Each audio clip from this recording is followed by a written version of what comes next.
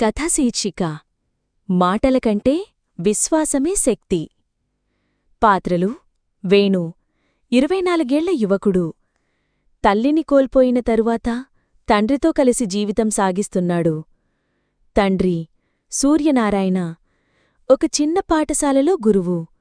సాధారణ జీవితం, కాని విలక్షణమైన ఆలోచనలతో జీవించే వ్యక్తి.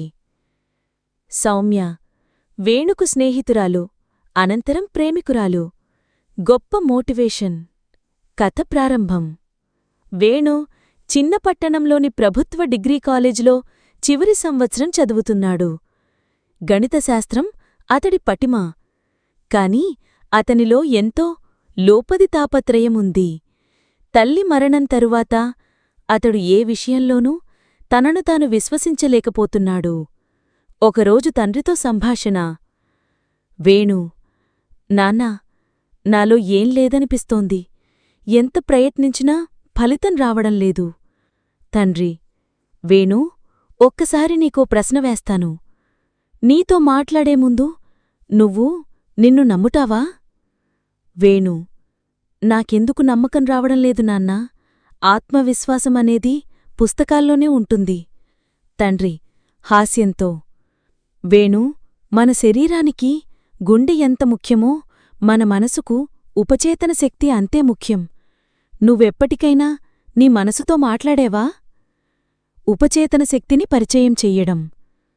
తండ్రి వేణును బల్లమీద కూర్చుబెట్టి ఒక పాత చిన్న బుక్కుని తీసి చూపించాడు. ఆ పుస్తకంలో పెద్ద అక్షరాలతో ఇలా ఉంది: నీకు నువ్వు ఏం చెబుతావో అదే నీ జీవితానికి మార్గం.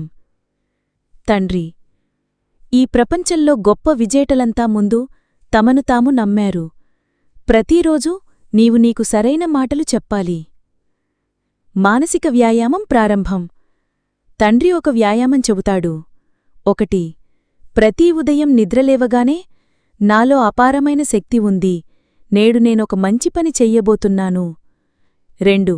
ప్రతి రాత్రి నిద్రించే ముందు నేను శాంతిగా ఉన్నాను, నా కలలు నన్ను విజయమార్గంలో నడిపిస్తాయి. వేణు మొదట అలవాటు పడలేకపోతాడు. కాని కొన్ని రోజుల్లో అతనిలో తేడా కనబడుతుంది.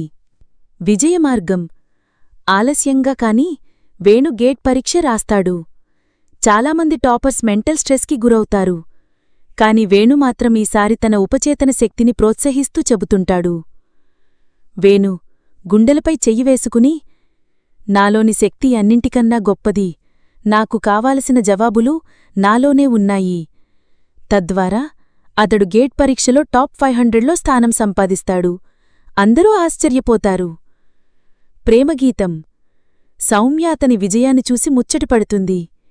ఒకరోజు లైబ్రరీ వద్ద ఇలా అంటుంది: సౌమ్య, నువ్వు నిన్ను నువ్వు నమ్మిన తీరు చూసి నేను నమ్మడం ప్రారంభించాను వేణూ.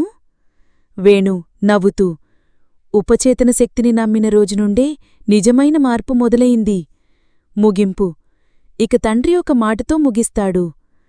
తండ్రి: వేణూ, మన మస్తిష్కం ఒక అద్భుతమైన మాయాజాలం.